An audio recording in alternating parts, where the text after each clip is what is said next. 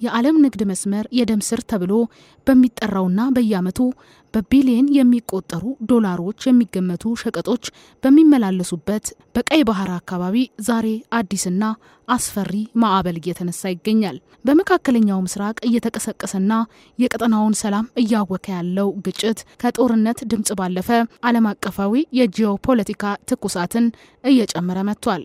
በዚህም ከፍተኛ ውጥረት ውስጥ የምትገኘውና ለዘመናት የባህር በር ጥያቄ እንደ ትልቅ ብሔራዊ አጀንዳ የያዘችው ኢትዮጵያ የራስዋን ሉዓላዊ ወደብ ለማግኘት የምታደርገው ጥረት ከቀጠናው ወቅታዊ ሁኔታ ጋር ተያይዞ አዳዲስ መልክና ትርጉሞችን እየያዘ መጥቷል። የኢትዮጵያ የወደብ ፍላጎትና የመካከለኛው ምስራቅ ትርምስ የትና የት ይገናኛሉ?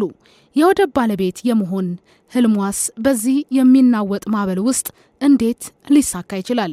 ወይስ ወቅታዊ ውጥረት ለኢትዮጵያ ሌላ ተጨማሪ ስጋት ይዞ ይመጣ ይሆን? በዛሬው የመልሕቅ ዝግጅታችን በእነዚህ ወሳኝ ጥያቄዎች ዙሪያ የጂኦፖለቲካ ባለሙያዎችን እይታና ዓለም አቀፍ ነባራዊ ሁኔታዎችን አቀናጅቶ ይፈትሻል። የሰው ልጅ ስልጣኔ ማቆጥቆጫና የዓለም ንግድ ማሳለጫ ተደርጎ የሚወሰደው የቀይ ባህር ቀጠና በአሁኑ ወቅት ከታሪኩ ሁሉ በከፋ የጂኦፖለቲካዊ ትኩሳት ውስጥ ይገኛል።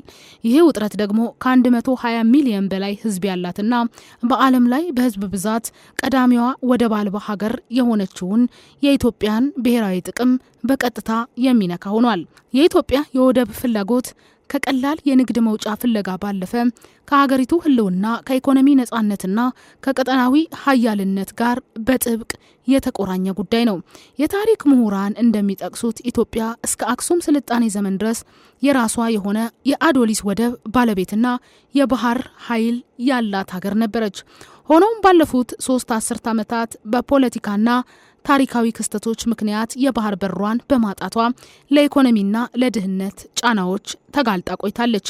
ይህ የታሪክ ጠባሳ የፈጠረው ስብራት ዛሬም ድረስ በሀገሪቱ የውጭ ግንኙነት መር ላይ ትልቅ ተጽዕኖ እያሳደረ ይገኛል። በመካከለኛው ምስራቅ በተለይም በጋዛ፣ ኢራንና በሊባኖስ የተቀሰቀሰው ጦርነትና ተያይዞም በየመን የሚገኙት የሀውቲ አማጽያን በቀይ ባህር በሚያልፉ የንግድ መርከቦች ላይ የሚፈጽሙት ጥቃት ቀጠናውን ወደማይገመት የደህንነት ቀውስ ውስጥ ከቶታል።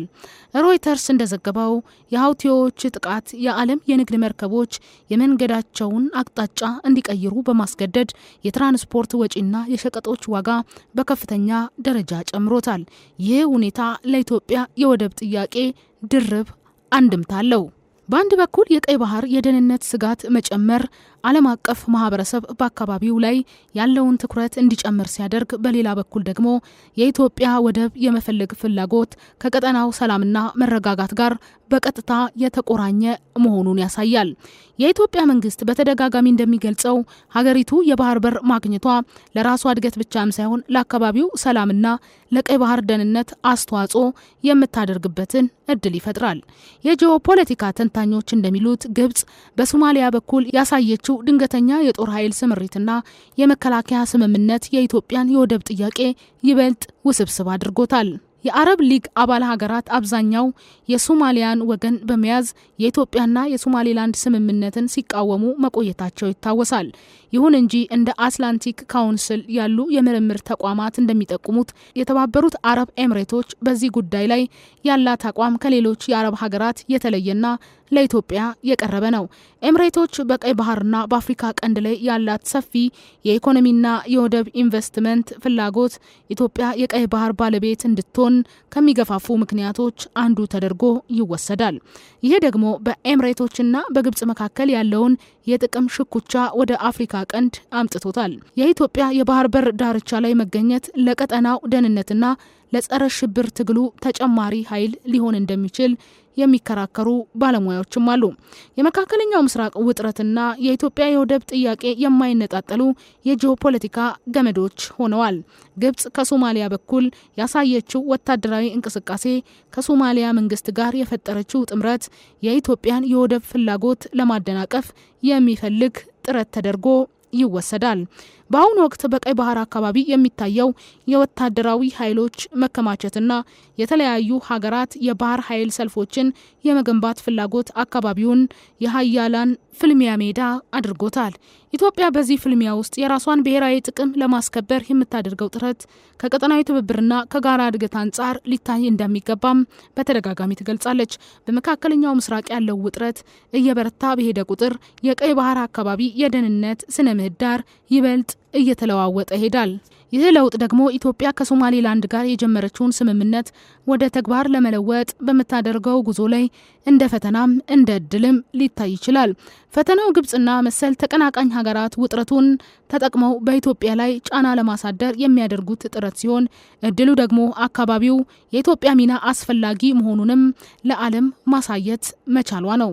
በመጨረሻም የኢትዮጵያ የወደብ ጥያቄ መፍትሄ የሚያገኘው በቀጠናዊ ትብብርና ሰላማዊ ዲፕሎማሲ ብቻ መሆኑን ብዙዎች ይስማሙበታል። የወደፊት አቅጣጫዎች እንደሚያሳዩት ኢትዮጵያ የባህር በር ባለቤት የመሆን ታሪኳና ስትራቴጂካዊ ፍላጎቷን ዳር ለማድረስ የምታደርገው ጥረት በቀጠናው ካለው የኃይል አሰላለፍ ጋር ተጣጥሞ እንዲሄድ ማድረግ የወቅቱ ትልቅ ዲፕሎማሲ ፈተና ነው። የቀይ ባህር ማዕበል ቢበረታታም ኢትዮጵያ ግን በምናባዊና በተግባራዊ የፖለቲካ ባህር ላይ ጉዞዋን ቀጥላለች። ይህ ጉዞ ደግሞ የሀገሪቱን ቀጣይ 10 ዓመታት ዕጣ ፈንታ የሚወስን ትልቅ የታሪክ ምዕራፍ እንደሚሆን ጥርጥር የለውም። የኢትዮጵያ የባህር በር ፍለጋ ጥረት ከታሪካዊ ፍትሐዊነት አንጻርም ከፍተኛ ትርጉም አለው። ጥንታዊቷ አክሱም በቀይ ባህር በኩል ከሮማውያን ከህንዳውያን ጋር የነበራት የንግድ ልውውጥ ሀገሪቱ በወቅቱ ከነበራት ታላላቅ ኃይሎች ተርታ እንድትሰለፍ አድርጓታል። ይህ ታሪካዊ ሀቅ ዛሬም ድረስ በኢትዮጵያውያን አይምሮ ውስጥ የወደብ ባለቤትነት የሉዓላዊነትና የኩራት ምንጭ መሆኑን ያጸናል። ይሁን እንጂ ከቅርብ ጊዜ ወዲህ በቀይ ባህር ዳርቻ ላይ የሚታየው ወታደራዊ ሽኩቻ ኢትዮጵያ የምታደርገውን የሰላማዊ መንገድ ጥረት አዳጋች ሊያደርገው ይችላል። በተለይም በሱዳን ያለው የእርስ በርስ ጦርነት፣ የቀይ ባህር ደህንነት መታወክ የአፍሪካ ቀንድን ወደማይረጋጋ ቀጠናነት ቀይሮታል። ኢትዮጵያ በዚህ ትርምስ ውስጥ የራሷን የባህር ኃይል በመገንባትና በሶማሌላንድ በኩል የምታገኘውን እድል በመጠቀም በቀጠናው ያላትን ለማሳደግ እየሰራች ትገኛለች። የባለሙያዎች እይታ እንደሚያመለክተው ከሆነ ኢትዮጵያ ወደብ የመፈለግ ጥረት ከግብጽ የውሃ ፖለቲካ ጋር ተያይዞ ሊታይ ይችላል። ግብጽ በህዳሴ ግድብ ዙሪያ ያላትን ቅሬታ በሶማሊያ በኩል የኢትዮጵያን የወደብ ጥያቄ በማደናቀፍ ለመበቀል እየጣረች መሆኑ በግልጽ ይታያል። ይህ ደግሞ የኢትዮጵያን የዲፕሎማሲ ጥንካሬ የሚፈታተንና ብልህ የሆነ የውጭ ግንኙነት ስልትን የሚጠይቅ ነው። ከኢኮኖሚ አንጻር ሲታይም የኢትዮጵያ ወደብ አልባ መሆን በየዓመቱ ለሚያድገው የህዝብ ቁጥር ትልቅ እንቅፋት ነው። የሀገሪቱ የኢንዱስትሪ ፓርኮችና የግብርና ምርቶች ወደ ውጭ ገበያ የሚላኩበት ወጪ ከወደብ ክራይ ጋር ተያይዞ በከፍተኛ ደረጃ መጨመሩ የኢትዮጵያን ምርቶች በዓለም ገበያ ተወዳዳሪ እንዳይሆን እያደረገ ነው። በመሆኑም የራሷ የሆነ ወደብ ማግኘቷ የምርት ወጪን ከመቀነስ ባለፈ በሚሊዮን ለሚቆጠሩ ወጣቶች የስራ እድል ይፈጥራል። ይህን ዓላማ ለማሳካት ደግሞ የኢትዮጵያ መንግስት ከጎረቤት ሀገራት ጋር ያለውን ግንኙነት በጋራ ተጠቃሚነት ላይ መሰረት አድርጎ መምራት ይኖርበታል። የቀይ ባህር ጂኦፖለቲካ ለኢትዮጵያ አዳዲስ እድሎችን ይዟል። ዓለም አቀፍ የንግድ መስመሮች በሀውቲ ጥቃት ምክንያት አደጋ ላይ በወደቁበት በዚህ ወቅት በባህር ዳርቻ አካባቢ የተረጋጋና ጠንካራ ኃይል መኖሩ ለዓለም አቀፍ ማህበረሰብ ፋይዳ አለው። ኢትዮጵያ ይህንን ሚና ልትወጣ እንደምትችልና የባህር ኃይልም ለቀጠናው ሰላም ዘብ እንደሚቆም እያሳወቀች ትገኛለች። በመሆኑም የወደብ ጥያቄ የኢትዮጵያን ብቻ ሳይሆን የቀይ ባህርን ሰላምና መረጋጋት የሚሹ አካላት ሁሉ ትኩረት ሊሰጡት እንደሚገባ አጀንዳ ሆኗል። የኢትዮጵያ የወደብ ጥያቄ ፍጻሜው ምን ሊሆን ይችላል የሚለው ጥያቄ የሀገራዊና ቀጠናዊ ውይይቶች ማዕከል ሆኖ ይቀጥላል። በመካከለኛው ምስራቅ ያለው ግጭት በቶሎ የማይቆም ከሆነ በቀይ ባህር ላይ የሚታየው ውጥረት እየበረታ መሄዱ አይቀሬ ነው። ኢትዮጵያ በዚህ ማዕበል ውስጥ የባህር በሯን ለማግኘት የምታደርገው ጥረት ከፍተኛ ጥንቃቄንና ጥበብን ይፈልጋል። የጎረቤት ሀገራትን ስጋት በመቀነስና የዓለም አቀፍ ድጋፍን በማሰባሰብ ኢትዮጵያ የባህር በር ባለቤት የመሆኗን ህልም ልታሳካ ትችላለች። ይህ ደግሞ ለኢትዮጵያም ብቻም ሳይሆን ለመላው አፍሪካ ቀንድና ለቀይ ባህር ቀጠና አዲስ የብልጽግና ምዕራፍ የሚከፍት ይሆናል። የቀይ ባህር ማዕበል ቢበረታም የኢትዮጵያ የባህር በር ፍላጎት ግን እንደ ጽኑ አለት የቆመና የማይናወጥ ሆኖ ይቀጥላል። የሀገሪቱ የዲፕሎማሲ ጉዞም ይህንን ታሪካዊና ስትራቴጂካዊ ግብ ለማሳካት በርትቶ እንደሚቀጥል ይጠበቃል። የዛሬው የመልሕቅ ዝግጅታችን አበቃ።